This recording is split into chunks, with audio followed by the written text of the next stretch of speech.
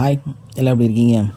நம்ம வாழ்க்கையில் பல விஷயங்களை சாதிக்கணும்னு நம்ம நினைக்கிறோம். ஆனால் நம்ம ஒரு இடத்துல நிச்சயமாக தோற்று போயிருக்கிறோம். நம்ம வாழ்க்கை மாறணும்னு நிறைய முயற்சிகளை நம்ம செஞ்சுருக்கிறோம். ஆனாலும் நம்ம சில இடங்களில் ஒன்றுமே இல்லாமல் பூஜ்ஜியமாக மாறி இருக்கிறோம்.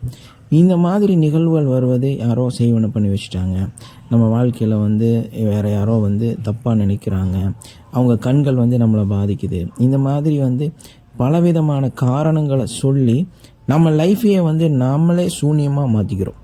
ஸோ இதையெல்லாம் கடந்து நம்ம ஒரு பெரிய விஷயத்த செய்யணும் அப்படின்னா, யாராவது ஒரு சாமியாரை போய் பார்க்கணும், இல்லைனா கோயிலுக்கு போகணும், தீர்த்தம் இது பண்ண போகணும், இல்லைனா எங்கேயாவது போய் குலதெய்வ கோயிலுக்கு போகணும், இல்லைனா ஏதாவது விரதமெல்லாம் இருக்கணும். இப்படி பல விஷயங்களை நம்ம செஞ்சுக்கிட்டே இருந்தாலும் நம்ம வாழ்க்கை ஒரு கட்டத்தில் முழுமையாக அந்த மாற்றத்தை அடையிறதே கிடையாது.